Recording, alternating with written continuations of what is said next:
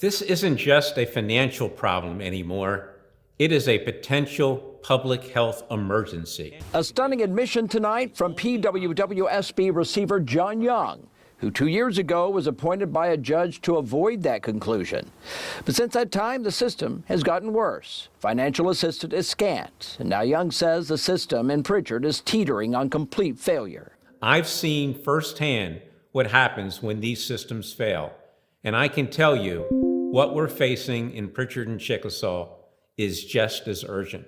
After releasing the supplemental report and video, Young made himself available to talk with NBC 15 News, comparing the system situation with other cities that have faced water supply crisis, like Flint, Michigan, and Jackson, Mississippi. We haven't had the health crisis, but we have as bad crumbling infrastructure as any of those systems and other systems that I've worked with in the past. So frankly, it's only a matter of time. Hopefully we can avoid a catastrophic public health issue, but the infrastructure is deteriorating. We already have environmental issues with sewer overflows and things such as that. And it can only get worse unless we turn it around and start investing money now. But now, says Young, is not a great time to be looking for funding. And Young says fixing the system will take a lot of it. Young says the Prichard system needs $400 million in investment just to remain viable, and says that's not sustainable, but where to get it? We're looking both at the federal and the state level, and it was made a whole lot tougher with the new administration. We have grant applications into EPA.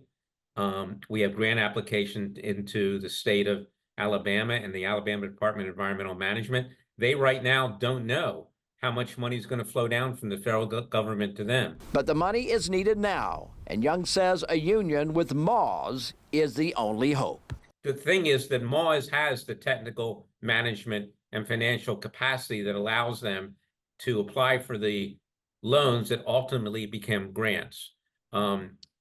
Prichard, as a standalone, does not have that capability. Meanwhile, Young tells me many of the 10,000 customers of the Prichard water system are paying the highest water bills in the state. At the same time, the system loses more than 60% of its treated water every day, while sewage flows in the streets after every big rain. But there's something else, he says, the system could lose if this merger doesn't happen. You also need to understand that the bondholders could decide, we're going to take the $26 million that we're holding of your money and we're going to go away. Now I lose that money.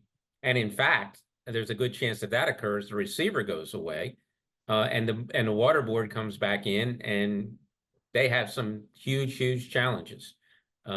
So, it's all about providing facts to people, but at the same time, hopefully the people with the money understand that those facts could result in something pretty bad if something isn't done quickly.